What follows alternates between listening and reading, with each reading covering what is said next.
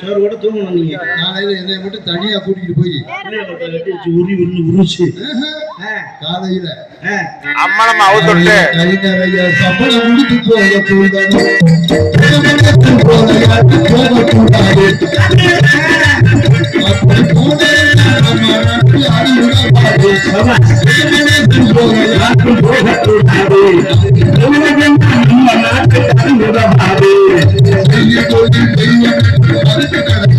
நாம செய்யும் போது தெய்வம் என்று